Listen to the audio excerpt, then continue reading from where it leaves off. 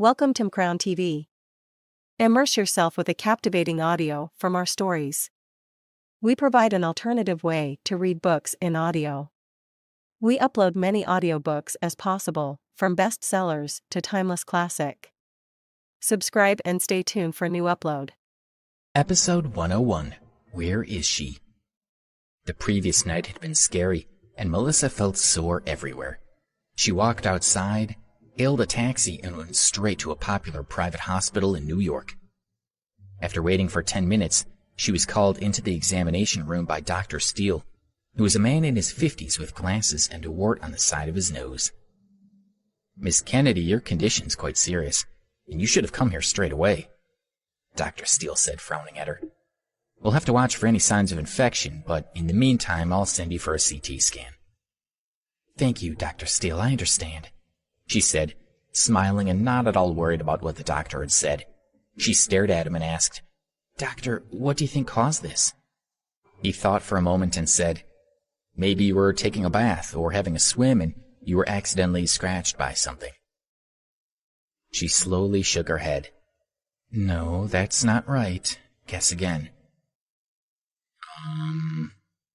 Dr. Steele suspected that there might be something wrong with Melissa. He was a little embarrassed as he said, "Well, perhaps you used some sort of sex toy and were a little too, strenuous." "Still not right," she said with a glimmer in her eyes. "Doctor, could this have happened when I slept with my boyfriend?" "Don't be silly. How could that be possible?" he asked, smiling at her. "That definitely wouldn't cause something like this." "Oh?" Melissa said, smiling faintly. She wasn't surprised in the slightest. She placed her hand on the zipper of her pants. "The CT scan might be inaccurate, so why don't you take a look for yourself?" "Miss Kennedy, you shouldn't joke about something like that," Dr. Steele said. "The hospital has strict rules about that kind of thing." He swallowed hard as he watched her start to open her pants. She pulled her jeans down to her knees with such graceful movements that he couldn't look away. He was becoming extremely aroused. "Doctor, would you like to examine me?" she said coquettishly. "Oh yes," he said, completely focused on her body. He slowly reached out a hand toward her, and just as he was about to touch her skin, she snapped a few photos on her cell phone. "What?" he spluttered. What was the girl doing? "Don't panic," Melissa said with a sneer, pulling up her pants. "As long as you do what I tell you, I won't post these photos online," she smirked. "You know what would happen if these photos were made public." Dr. Steele realized he had been tricked. What was he going to do? If anyone saw those photos, he would be ruined. "Okay, what do you want from me?" he asked, gritting his teeth. "Just one simple thing," she said. "Should anyone investigate my injuries, you need to say that they're a result of rough sex. Also, you need to say that it's likely I'm pregnant. With your reputation as an expert, it shouldn't be difficult to convince everyone." She was worried that Alex might send someone to investigate her story, so she had to make sure the doctor wouldn't contradict her. "Fine," he reluctantly agreed. He had no choice. "Who are you trying to con? And how did you receive those injuries?" "I'm not telling you who he is," she said, "and it's none of your business how I got hurt. Just remember what I told you to say if anyone asks."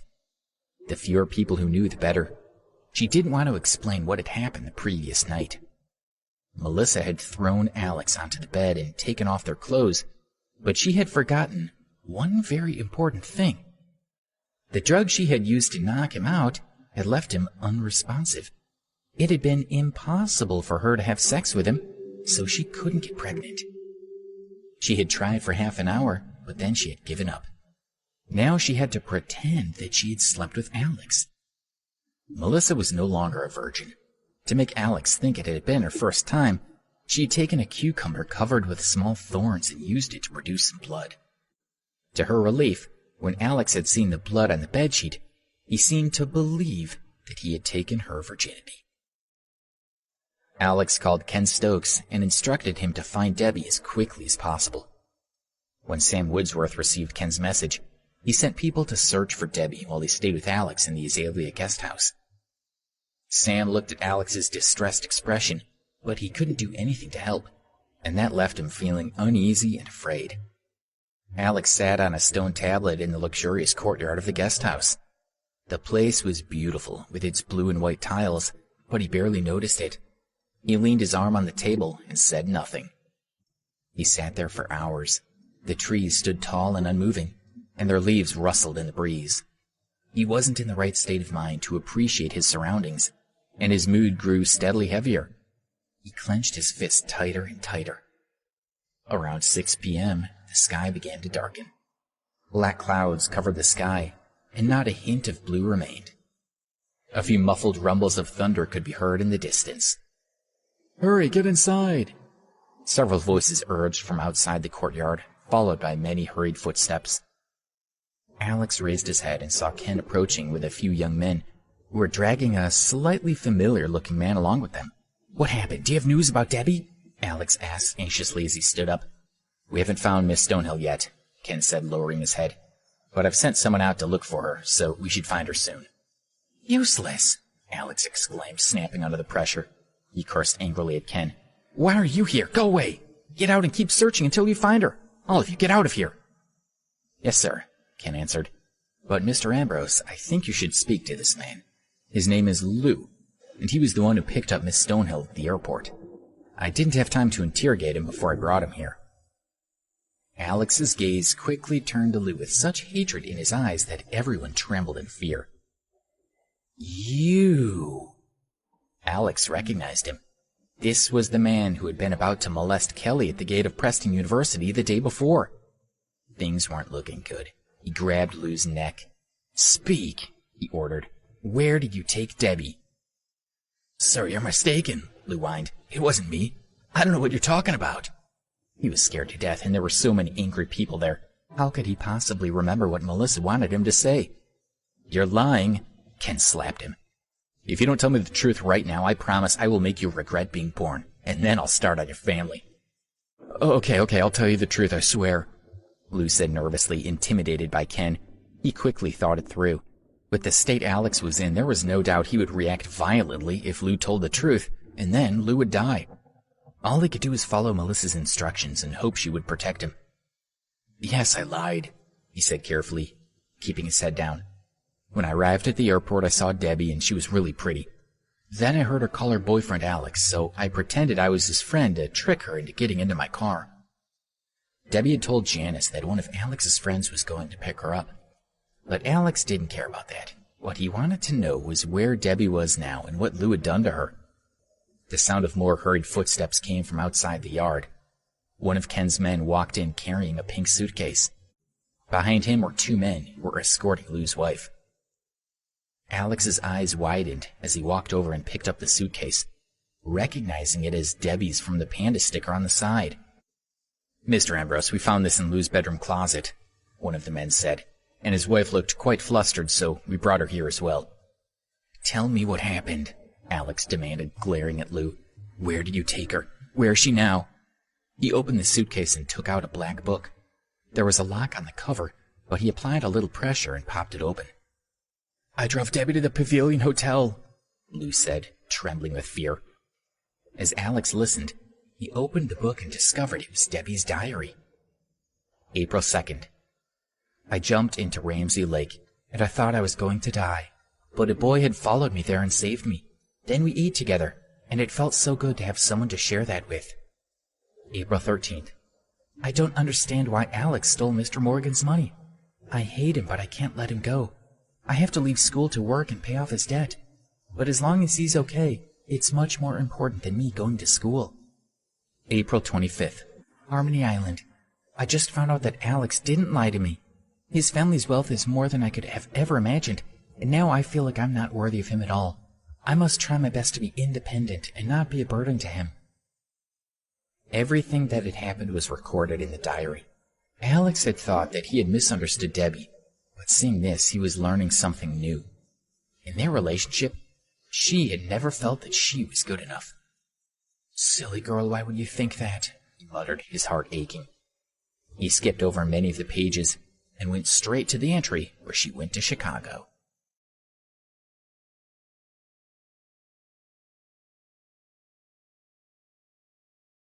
Episode 102, Paying the Price. It began to rain. "Keep going," Alex said, flipping through the pages of Debbie's diary. "Yes," Lou replied, his voice trembling. He knew that what he was about to say would probably infuriate Alex. Alex had opened the diary to May 25th, the day Debbie went to Chicago. May 25th. As soon as I got off the plane, I started thinking about Alex. I'm pathetic. If he knew what I was thinking, he'd laugh. We had a video chat, and I still insisted that he stay in New York, but deep down I really wanted him to come and be with me. May 26th. I was really jealous when I saw that Melissa and the others had boyfriends coming to pick them up after rehearsals. It's really lonely on the bus every night. May 29th. I haven't called Alex for several days. I'm afraid that if I see him, I won't be able to stop crying. It would be too embarrassing to have him see me like this. I can't be a burden to him. May 30th. It's really wet and cold in Chicago right now. I got soaked coming back to the hotel, and I'm still very cold now, even in my bed. The window in my room faces northwest, the direction of New York. I stared out that window for ages, missing Alex and wishing he would come to Chicago to be with me. I wish he could hear me calling to him. Alex stared at Debbie's delicate handwriting, and he could almost feel her loneliness coming through the words on the page. He regretted that he had chosen to remain in New York. If he hadn't, Debbie wouldn't have been so lonely in Chicago. Finally, he found the last entry of the diary. He hoped to find some clues in it, but the contents completely exceeded his expectations. June 4th. It's cloudy today. Yesterday I participated in the Sky's the Limit talent show. I never expected Melissa to set me up. She poured something into my water, and I was in so much pain during our performance. Every time I moved, I felt like I was being stabbed. Melissa framed me for poisoning Angelina's dog, and Angelina slapped me twice, really hard. Only Janice and Rita stood up for me. The dog rushed at me, and my stomach hurt so much that I could barely move. But I had to run, and every step felt as if someone was stabbing me. Alex's eyes shone with tears. He clenched his fists tighter and tighter, completely unaware that he was damaging the diary. When I was in the icy cold water, the dog bit me. I felt that I was better off dead. Every second in this world just brought more suffering, and eventually I chose to give up. It was so quiet in the water, but then I saw the diamond necklace and thought of Alex. And I knew I couldn't leave this world without saying goodbye to him. I didn't blame him at all. I only hoped that he would live a happy life without me. Tears slid down Alex's face and his hands began to tremble. He couldn't imagine how much Debbie had suffered that day. Then Justin saved me. I called Alex, but he didn't answer. He just texted me to say his friend would pick me up. It's time for me to go back to New York. I'll do my best to keep what happened in Chicago from Alex. I don't want him to feel bad. After reading Debbie's diary, Alex kneeled on the ground and cried out in grief. Debbie's beautiful handwriting was captivating, and sorrow pierced his heart. When Debbie had been in danger, and when she had needed him the most, he had been happily drinking and chatting. His heart felt like it was being torn apart, and there was nobody he hated more than himself. He slapped his face twice, and then dropped his hands onto the ground, crying sorrowfully. "Mr. Ambrose," Kent said, frowning as he squatted to help him up. Alex's behavior was making everyone nervous. Alex burst into tears. He looked at Lou, who was still being held down, and asked, "What did you do to Debbie after you took her to the hotel? Where is she now?" Lou was so scared that his legs gave way and he dropped to the ground. His wife was also scared, as she kneeled beside him and their hearts were pounding. "After I took her to the hotel, well, I wanted to, with her," Lou babbled, trying to stand up. Alex kicked him back to the ground. "Bastard!" he roared. He stomped on Lou's face a few times. Lou wrapped his arms around his head and curled his body, not daring to resist. When Alex stopped, Lou threw himself onto the ground in front of him. "I'm sorry, Mr. Ambrose," he sniveled. "I'm a bastard, and I deserve to die. I'm just a filthy animal." "What happened next?" Alex demanded as he glared at Lou. He was a little afraid of what Lou might say next. "I didn't," Lou started. He wanted to explain that he hadn't touched Debbie, hoping it would lessen Alex's anger, but then he heard a woman's voice coming from outside the courtyard. "Who are you people? Let go of me!" It was Melissa's voice. A couple of men arrived, dragging Melissa with them. "Mr. Ambrose, Mr. Stokes, we checked Lou's phone and discovered that Miss Stonehill was sent a message claiming a friend of Mr. Ambrose would pick her up," one of the men said, his expression serious. "The message was sent by this woman." Alex glared at Melissa, feeling nothing but hatred. He should have guessed that she was behind this, but after spending the night with her, his attitude toward her had softened a little. The coldness in Alex's gaze made Melissa tremble. Two of Alex's men pushed her to her knees in front of him. "Go on," Alex said, turning back to Lou. "What happened next?" "Me and her." Lou stole a glance at Melissa and found her staring at him. Her eyes narrowed, and he gulped with fear. He was convinced that Melissa's family was really powerful, and his survival depended on her goodwill. From Lou's point of view, he had no choice but to do what Melissa had ordered. "I'm sorry, sir," he said. "I couldn't help myself. I slept with her. I'm so sorry." Alex's mind went blank, and he staggered back, almost falling. "You put your hands on Debbie?" he asked. When Ken saw his reaction, he ordered his men to beat up Lou, but Alex stopped him. "What happened next?" "Then my wife arrived, and I was afraid that she would find out, so I hung Debbie out the window," Lou said. "But then my wife came in and she—" He stopped, too scared to continue. "What?" Alex shouted. "Speak." "My wife opened the window," Lou said, cowering, "and Debbie fell." When he finished speaking, he lowered his head and said, "Mr. Ambrose, I'm sorry. I deserve to die." Alex's heart ached. "Where is she now?" "My wife and I ran downstairs, but Debbie had already disappeared," Lou said. "I don't know where she went. Maybe someone took her to the hospital." Lou's wife looked shocked. "Round everyone up and send them around all the hospitals in New York," Ken said. One of his men left the room to carry out the order. Lou trembled as he lay on the ground, sneaking glances at Melissa. He had done what she had told him to do, and he hoped she would keep her promise. Melissa gave Lou a look of reassurance. Alex closed his eyes and tears streamed down his face. His heart was filled with sorrow, and he truly hated himself. The thunder grew louder, and the rain came down even harder. Alex roared in rage. He kicked fiercely at Lou's stomach while the man lay huddled on the ground, moaning in pain and spitting out blood. Then Alex kicked Lou's wife to the ground. He didn't care that she was a woman. "Alex, are you planning to beat them to death?" Melissa asked, still kneeling on the ground. "Calm down. Debbie has been assaulted, but what's done is done." She had to protect Lou.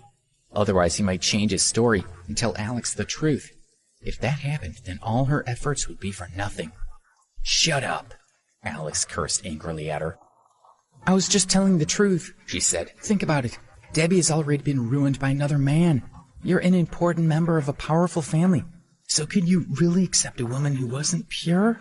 "No, I didn't think so." "Vent your anger on them and then let them go. If you beat them to death, you'll be arrested." Alex stared at Melissa and walked toward her, one step at a time. "So it doesn't really matter where Debbie is now, does it?" she said. "But it's okay. I can give you anything that she could." She panicked as she noticed Alex's expression. "Alex, please, I'm just trying to help." Alex slapped her, knocking her flat on the ground. Blood flowed from the corner of her mouth. "Give me a gun," Alex bellowed as he looked over to where Lou and his wife were still lying prone. He stretched his hand out toward Ken and waited. "Yes, sir," Ken responded, shocked. Alex had never been this violent before. Ken asked his men for a gun and then handed it over to Alex. "Mr. Ambrose, please have mercy," Lou begged. "Please don't kill me. I'll do anything. I'll be your slave, anything." "Mr. Ambrose, please let me go," Lou's wife joined in. "I wasn't really involved. I didn't know—" "Debbie is my woman," Alex yelled. "No one else can touch her, especially not you." He pointed the gun at Lou. "No, Mr. Ambrose, please." Lou pleaded, desperate to explain that he hadn't really slept with Debbie, and he had only been repeating what Melissa had told him to say. Wait, listen to me. I swear, I didn't. Bang! Bang! 2 consecutive shots rang out, and Lou never got to finish speaking. He and his wife had both been shot in the head, thick blood flowing from their wounds. Their bodies crumpled, and a pool of blood gradually formed around them.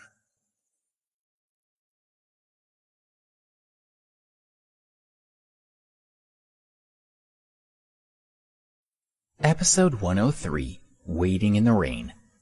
Melissa gaped in shock. She hadn't believed that Alex would actually kill anyone.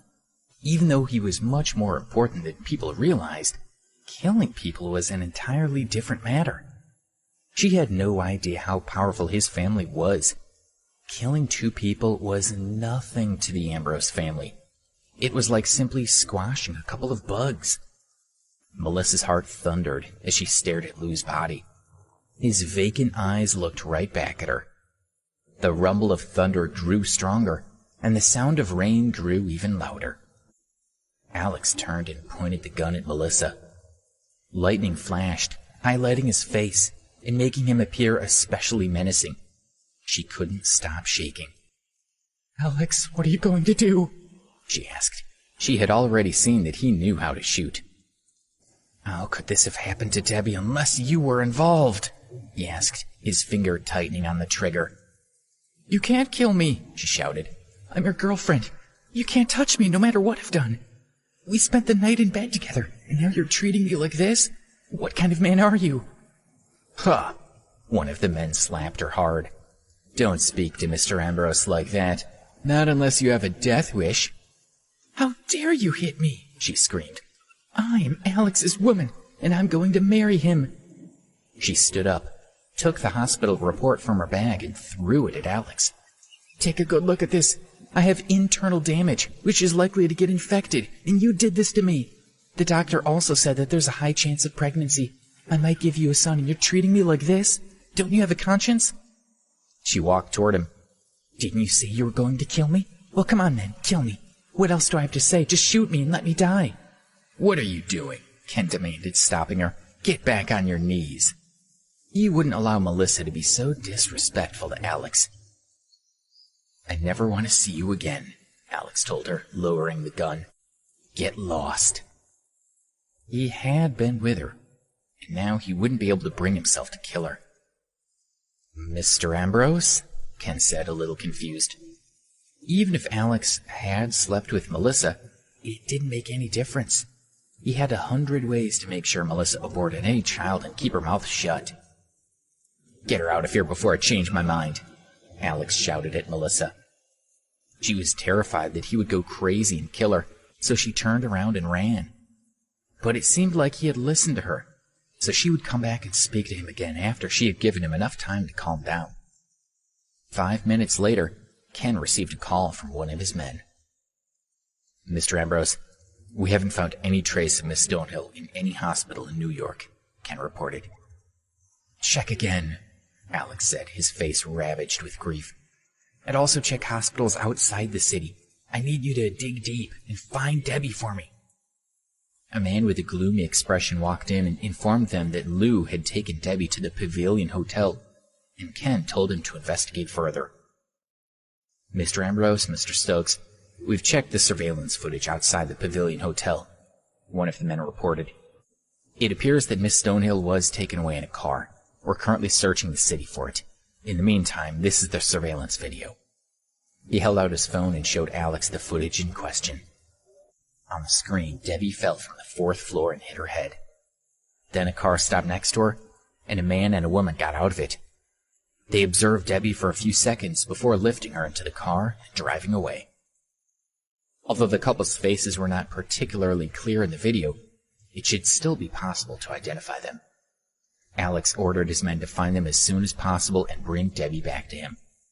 He sat down on a stone bench in the courtyard and waited for news. He watched as a river of blood flowed from the corpses of Lou and his wife. It was still raining, and he was completely drenched, but he refused to move.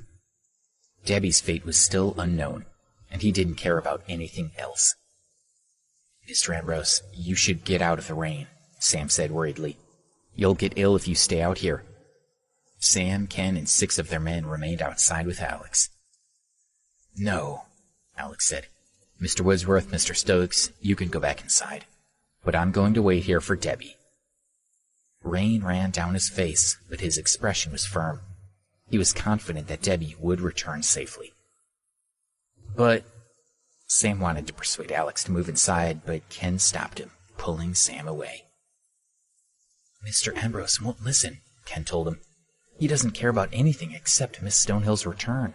But with our resources, it shouldn't take us long to find those 2 people and bring Miss Stonehill back," Sam said. They remained standing next to Alex in the courtyard with the cold rain falling around them. 1 hour passed, then 2 hours, then 5 hours, then an entire night. To Ken's surprise, they still hadn't discovered Debbie's whereabouts by 5 o'clock the next morning. Even more shockingly, he hadn't managed to find the couple who had taken her away. With Ken's resources, he should have been able to track them down as soon as they stepped foot in any hotel, restaurant, or supermarket in New York. But neither of them had shown up in any of these places, and he hadn't been able to find any trace of them within the past 10 hours. He didn't dare tell Alex, knowing it would only make him even more worried about Debbie. The rain still hadn't stopped. "Mr. Stokes, there any news yet?" Alex asked, turning his head toward Ken. His face and lips were pale. His voice shook and his body trembled. "I'm sorry, Mr. Ambrose," Ken said, feeling guilty. "My men are useless." He broke off when Alex's eyes rolled back in his head and he fell to the ground, landing in a puddle. "Mr. Ambrose!" Ken exclaimed as he and Sam rushed to his side. They called for a doctor, who told them that Alex had a fever from staying out in the cold rain for so long. It took 5 days for Alex to get better. During those 5 days, Ken actively searched for traces of the couple who had taken Debbie. Unfortunately, no matter how hard he searched New York and the surrounding areas, he didn't find any clues. It was as if they had just vanished into thin air along with Debbie. During those 5 days of being sick in bed, Alex had looked through Debbie's diary every day, and he had realized that he couldn't afford to sink into depression. He had to pull himself together if he were to have any hope of finding her. Alex understood that Ken's failure to find Debbie within 24 hours meant that she might have been taken elsewhere, and the search for her might become an extended one. Every day he listened to Ken's progress report, and then directed his men to keep searching. As soon as they found any clues about Debbie, they were to report back to him. Ken gradually expanded the scope of his search to cover the entire East Coast. Alex felt that they were getting closer and closer to finding Debbie. He had been staying at the Azalea guest house for long enough, and now he was growing bored and wanted to return to Preston University. After thanking Ken for his assistance, Alex dragged himself outside, got on a bus back to the university. He walked over to Ramsey Lake, where he had the most beautiful memories of Debbie. He slowly approached the lake and was stunned to see Debbie standing there, looking the same when they had first met. She looked like she was about to jump into the water. "No, Debbie, no!" he shouted, rushing toward her.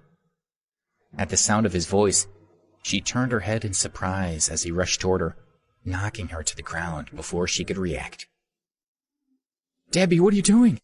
Where have you been these past few days?" he asked, rolling on the lawn with her. "Alex?" Debbie said softly. "You—" Alex watched in disbelief as her face seemed to change in front of his eyes, and he realized that this wasn't Debbie. It was Kelly. He quickly let her go and stood up. "Where have you been?" Kelly asked, slowly getting to her feet. Her face was slightly flushed. She had made a point of asking around about Alex and Debbie, and she had learned about some of their histories. To tempt Alex, she had even started to wear the same kind of clothes as Debbie. She knew that Ramsey Lake was a meaningful place for them, so she had gone there to look around. "I'm sorry," Alex apologized. He sat beside the lake, looking out at the rippling water, and remembered everything that had happened there. "Where's Debbie?" Kelly asked, walking over to him. His behavior was a little strange. Why was he so flustered? "She's been kidnapped," he said in a flat voice. He had to find her quickly and bring her back. He coughed a few times and then sneezed. "Are you sick?" Kelly asked, her expression serious. His face was very pale, and it was obvious that he was ill. "Come on, I'll help you inside. It's too windy out here, and you don't want your health to get any worse." She started to help him up, but he shook her off. "I'm fine." Kelly was used to his behavior. She simply sighed and stood quietly beside him, keeping him company.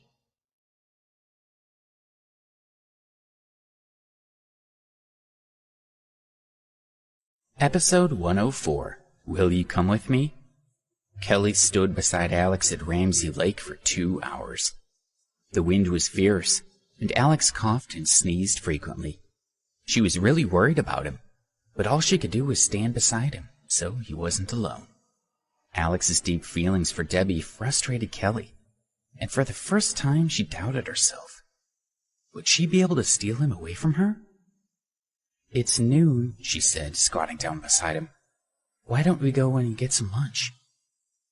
"I'm not hungry, but you can go," he said, his eyes still trained on the lake, as if he could see Debbie out there. Kelly helplessly looked at him, and then she turned around and left. A little later, she came back with some food. She handed a box to Alex and said, "I brought you lunch. Eat it or else you'll get really weak." Alex felt a trace of warmth toward her when he realized she hadn't left him, but had instead gone to get him food. "I don't want it," he said. "You can eat it." He was careful to keep his face expressionless. He knew how Kelly felt about him, and he wasn't going to encourage her. "Come on, have some," she teased him, smiling. "I bought 2, and I don't even want you to pay me back." She wanted him to relax a little, but she was running out of ideas. She just wanted him to eat properly. "I told you I didn't want it," he yelled, knocking the box onto the ground. He was stunned when he saw the food spilling out. She had brought him seafood risotto, which had a special meaning for him. "Why would you buy me this?" he asked in shock. "I've asked around about you," she admitted, feeling hurt by his reaction. "I know that when Debbie jumped into the lake, this is what you brought her. And I know you miss her, so I thought this might help you feel closer to her." She shrugged. "I know that you and Debbie have a strong relationship, but I still like you. Even if you beat me up or yelled at me or even killed me, I would still like you. It's not like I was the one who destroyed your relationship." She bent down, picked up the box, and put it aside. "I'm sorry," he whispered. "What am I missing?" Kelly wondered. "Why is Alex so patient with Melissa, despite all the evil things she's done? And I've always been nice to him, and he's so cold toward me. Do all men behave like this?" "Okay, then, I forgive you," she said. "Now eat your meal." She didn't look at him as she handed him a box full of food. "Eat up. If you throw it away again, I won't go and get you more." Alex took the box and opened the lid, breathing in the aroma of seafood risotto. "Have you eaten?" he asked. "What do you think?" she asked, raising an eyebrow. "I brought us a box each, but you threw one away." "Then you eat first, and I'll take what's left," he said, passing the box to her. Kelly's heart warmed. With a slight shift of her eyes, she picked up another fork. "Since we're both hungry, then let's eat together," she said. They sat on the lawn and placed the box of seafood risotto on top of a rock. They took turns to eat. Eating began to relax. The situation was very similar to when Alex and Debbie had eaten this meal together, and Alex suddenly realized that Kelly was a nice girl. The moment he thought this, he felt guilty. He didn't even know where Debbie was, or if she was okay, and so why was he thinking about another girl? It was disrespectful to Debbie. So he lowered his head and went back to eating before Kelly noticed anything. It wasn't long before they had finished the food. Oh, I wanted to ask you if you would come with me to my family gathering tomorrow, Kelly asked nervously. You could just show up for a little while and then leave whenever you want. Would you please come? Her family had been pressuring her to find a boyfriend, so she wanted to take Alex with her. When her relatives saw him, they would think he was her boyfriend without her having to say so. It's okay if you don't want to go, she said. I just thought I'd ask. I know you're really worried about Debbie and you're not really in the mood for a party. I understand. Alex was staring at her, not saying anything, and she was growing embarrassed. It's fine, she said. Don't worry about it. I'm sure you'll find Debbie soon. I have to go. With that, she picked up the trash and prepared to leave. I'll go, Alex said. What? She asked, gaping at him. Really? You'll come? When he nodded, she couldn't help but laugh excitedly. Sorry, I didn't mean to laugh. Okay, wait for me at the school gate tomorrow, and I'll pick you up there. Bye. With that, she left. Alex hadn't been able to say no to Kelly after everything she had done for him, but he couldn't bear to be paraded around as her boyfriend. Hopefully one day she would understand that he wasn't the man for her. He gazed out at the lake again, thinking about Debbie. By the next day, his physical condition had improved a little, but his mental state was getting worse. At 6 p.m., he was waiting for Kelly in front of the school gate when she arrived in her white BMW. Kelly, look at him, Sharon said from the front passenger seat. The moment the car had stopped, she spotted Alex, who was dressed in his usual poor clothes. Didn't you tell him that this was your family's reunion? Why is he dressed like that? Is he deliberately trying to embarrass you? Kelly frowned slightly. Alex, did you even listen to what Kelly told you? Sharon asked, getting out of the car and staring angrily at Alex. Is that how you dress for Kelly's family?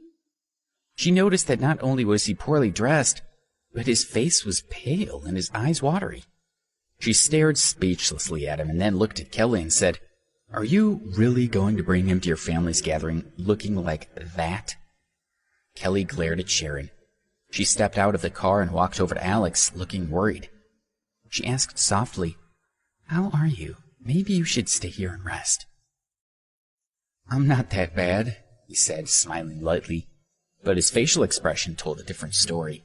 He had already promised Kelly he would go, and he wasn't about to go back on his word. It's okay, I'll come with you. Sharon snorted, suspecting that Alex wanted to cheat Kelly out of her money. Kelly opened the car door and let Alex into the back seat, and then she and Sharon sat in the front. Open the window a bit, Sharon said, glaring at him in the rearview mirror. If you're catching a cold, then keep it to yourself. Are you quite finished? Kelly said, her tone annoyed. Sharon glanced at Kelly with a hurt expression, blaming Alex for causing trouble. Kelly drove them to her family's luxurious villa, which was next to Purple Dawn Lake. Nearby was a beautiful orchard, and so far from the city, the area was peaceful. The lake was very quiet at night. The rippling water, the tall trees by the lake, and the carpet-like meadow all looked like they came from a fairy tale. They could hear the water lapping at the shore, the chirping of insects and the croaking of frogs. The atmosphere was relaxed and pleasant. Voices were carried from the large villa near the lake. It was decorated with colored lights, and tables and recliners were arranged on the lawn. Servants carried wine, fruit, and pastries, and dozens of well-dressed guests chatted in groups of 3 or 5, while mischievous children chased each other. Kelly's 62-year-old grandmother walked out of the house. Her name was Margaret Phillips, and she was in charge of the whole Phillips family. She wore a long dress that showed off her slim figure, and her hair was in a neat bun. Her skin was smooth with only a few small wrinkles, and her eyes were a most startling feature. They were sharp and never seemed to miss a single detail of anything. She gave the impression of dignity and strength, and it was easy to see why she was the head of the family. She walked down the stairs with 2 men wearing suits as they talked about the family business. Everyone lowered their voices when she appeared. The 2 men nodded respectfully at her before turning around and leaving. Only then did the others dare to approach her. Hello, grandmother. Mother, you're looking beautiful. Thank you for inviting me, Aunt. They all knew Margaret well. She valued her family and would always do her best for them. Everyone wanted to make her happy. Grandmother, said a pretty girl, walking up to Margaret and taking her hand. She leaned into her. What were you talking about inside? I missed you. Of all my guests, you have the worst manners, Margaret teased her. Why, because I missed you too much? The girl asked in a melodious voice. Enough, Margaret said.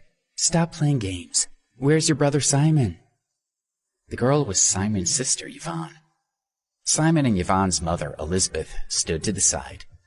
With such a large family, Margaret only had time for her own 2 children, which proved that in the Phillips family, some people were more valued than others. Elizabeth felt proud as she glanced at everyone around her, knowing that she was more important than anyone else here. And then she noticed Alice. Margaret doted on Elizabeth's children, but her favorite grandchild was Alice's daughter, Kelly. She always came first.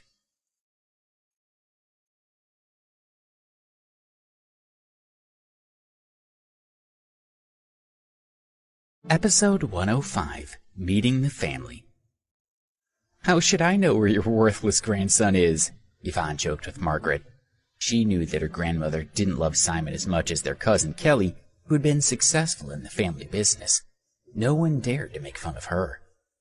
Grandmother, haven't you noticed that I've brought someone with me? She asked. Margaret looked at the handsome young man standing behind Yvonne. This is my boyfriend Brian, Yvonne said, holding his arm as she smiled up at him. His family owns an internet company that is ranked as one of the top 20 in the industry. Nice to meet you, grandmother, Brian said as he smiled and extended his hand to her, looking like a perfect gentleman. Hello, Margaret said, shaking his hand as she scanned him with her sharp eyes. You did look like a rich kid. She briefly asked Brian questions, and he answered them all appropriately, which impressed her. My granddaughter is a little naughty, she said, smiling at him. Although she's almost 20, she still acts like a high school student. Don't worry, I like her personality, he said, glancing lovingly at Yvonne. And we're quite compatible. As everyone watched this exchange, they were envious. This was the first time Margaret had met Brian, and she was treating him with courtesy. Judging by her tone, she seemed to have accepted him into the family. Brian's background was indeed compatible with the Phillips family, and he looked like he would be successful in the future. Margaret believed that he would be a good addition to the family. Standing to the side, Yvonne's mother, Elizabeth, was happy. Well, you two go and have fun, Margaret said, smiling at them. Then she glanced at Elizabeth. Your daughter is smart. Looks like she's going to be getting married in a few years. Elizabeth beamed with pride. Margaret was satisfied with Brian and was happy with Elizabeth for having such a good daughter. Margaret slowly walked over to Alice, who immediately bowed her head slightly. Look at her, Elizabeth thought. She's just putting on an act. Alice's daughter Kelly had been successful at everything she did, and Margaret had always placed her above Elizabeth's children. Where's Kelly? Margaret asked Alice. Why isn't she here yet? She's not avoiding me because I told her to find a boyfriend, is she? Of course not, Alice denied. I just called her. She's on her way and should be here soon. That's good, Margaret said, nodding. As her mother, you have to push her a little more. Yvonne has found a boyfriend, and it's time Kelly found one as well. Alice respectfully replied, Yes, of course. Your grandmother seems to value your cousin more than you, Brian said to Yvonne as he watched Margaret chatting with Alice. Do you think I don't know that? Yvonne asked, staring angrily at Alice. Since we were young, Kelly could do no wrong, and she's always been the favored grandchild. In the last 2 years, grandmother's been determined to find a husband for her. It's obvious that she means to pass control of the family to Kelly someday. How are the rest of us supposed to accept that? Brian smiled confidently. Don't worry about it, he said. You have me now, and you won't lose me to your cousin. I know, she said, squeezing his arm and smiling sweetly. You're right, and nobody in the world is better than you. My cousin can't possibly do better this time. Brian wrapped an arm around her shoulders, and his gaze held a trace of evil. Since he intended to be the favored son-in-law, he couldn't let Margaret hand control of the family over to someone else. A white BMW slowly approached. "Kelly's here," called the young man, taking advantage of her arrival to get a little attention. Everyone looked over to see Kelly drive to the left side of the gate and park her BMW. A few minutes later, Kelly stepped out of the car. She wore a short dress which showed off her long legs, and her face was beautiful. Brian had seen a lot of pretty young girls, but Kelly was much prettier than any of them. Kelly greeted her relatives as she walked through the courtyard to reach her grandmother. "Grandmother, I'm sorry I'm late," she said. "It doesn't matter if you're late," Margaret said, not angry at all. Kelly had always been her pride and joy.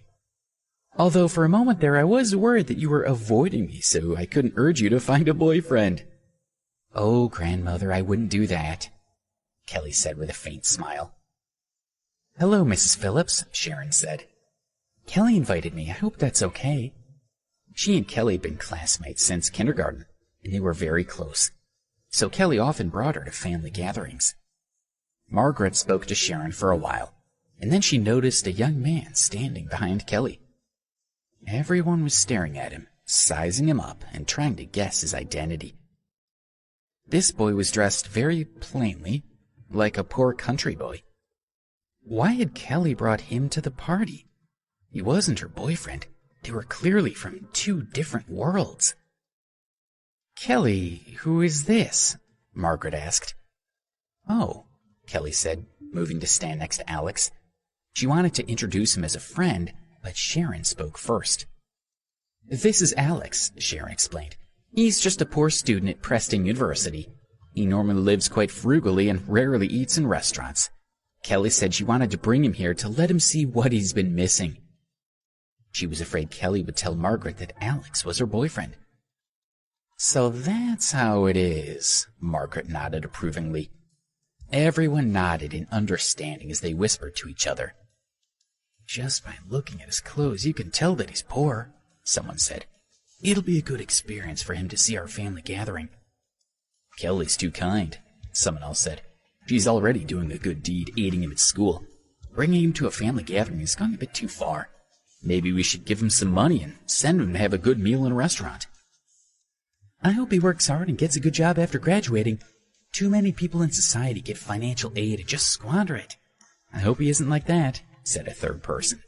Kelly was unhappy that Sharon had made Alex look inferior. She glanced at Alex and was starting to see that he didn't show any signs of anger at her relative's pity. Instead, he appeared very calm and collected. Her heart skipped a beat. She turned to Margaret and said, "Grandmother, don't listen to Sharon. Alex isn't just some poor student. He's actually my boyfriend." She had finally said it. She didn't dare to look at Alex, afraid that he would be angry with her. What if he denied it and exposed her as a liar? Alex was surprised by Kelly's announcement. A wry smile appeared on his face. He should have guessed this would happen when he agreed to come to the party, but he simply hadn't thought it through. Margaret was stunned, as was everyone else. "Kelly, you're telling me that he's your boyfriend?" she asked with a serious expression. Anger blazed from her eyes. Whatever the truth was, Kelly would be able to see her disapproval and take back her words. "Yes," Kelly confirmed. Although she was afraid, she refused to back down. She was every bit as stubborn as her grandmother. She smiled, trying to ease the tension. "Let me introduce you." "There's no need," Margaret said. She didn't even glance at Alex. As far as she was concerned, the thought of Kelly being with this boy was a joke. "Kelly, you're not to see him again. The family gathering's about to start, so send him home." Margaret turned around to leave. She had made her decision, and her word was final. "But grandmother, I really like him," Kelly said. Margaret abruptly turned back. Kelly was blatantly disobeying her words, which was something that no one in the family dared to do. If it had been anyone else, she would have been furious. But Kelly was her favorite grandchild. "Kelly, you know perfectly well why I don't approve of him," she said, controlling her anger. "And I refuse to repeat myself, so let him go." "Your grandmother's doing this for your own good," Alice said, coming to stand next to Kelly. "Listen to her. If it makes you feel better, then we can help him find a job after he graduates, but you have to let him go." "I'm sorry, Grandmother," Kelly said, refusing to listen. "I can't." "What?" Margaret said, glaring at her. It had been years since she had been this angry. When she realized how determined Kelly looked, she was at a loss for words. "Deal with your daughter," Margaret said angrily as she looked at Alice. Thank you for listening to Crown TV. Please don't forget to subscribe, share and turn on the notification button.